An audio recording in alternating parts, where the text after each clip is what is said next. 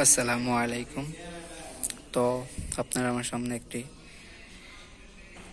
Split টাইপের fan motor দেখতে পারতেছেন।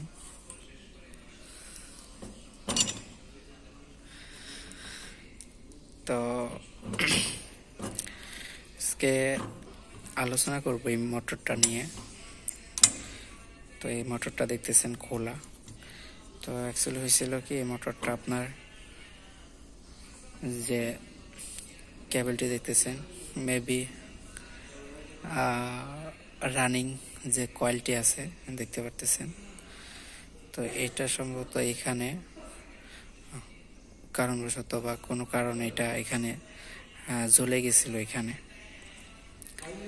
তো এটার মূল প্রবলেম ছিল শুধু আপনার রানিং বা স্টার্টিং যে কোনো একটা কেবলের আপনার তারটা আর কি পোড়া ছিল, জ্বলা ছিল আর কি। তো এটা কিন্তু একটা ওয়ার্কশপ, আপনারা দেখতেছেন কাজের ওয়ার্কশপ।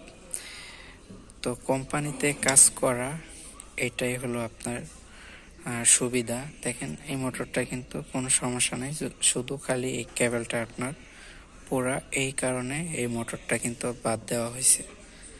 তো আমরা এটার সেম অন্য একটি মোটর নিয়ে তারপর আমরা ইনডোরের সাথে কানেকশন করে দিয়েছি।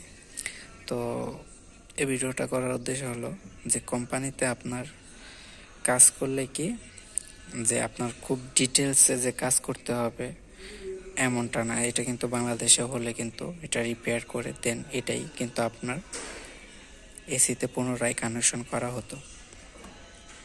কিন্তু দেখেন এখানে কোম্পানি বিধায় এই মোটরটাই চেঞ্জ। তো এরকম অনেক মোটর আছে, শুধু এই একটা মোটর না।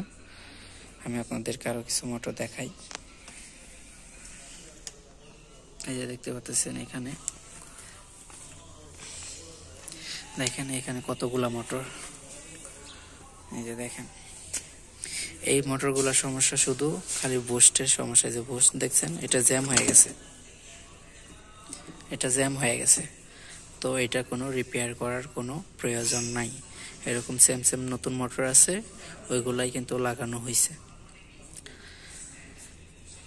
এই যে দেখেন এটা একটা ফ্যান মোটর, এগুলো সবগুলাই ফ্যান মোটর দেখতেছেন।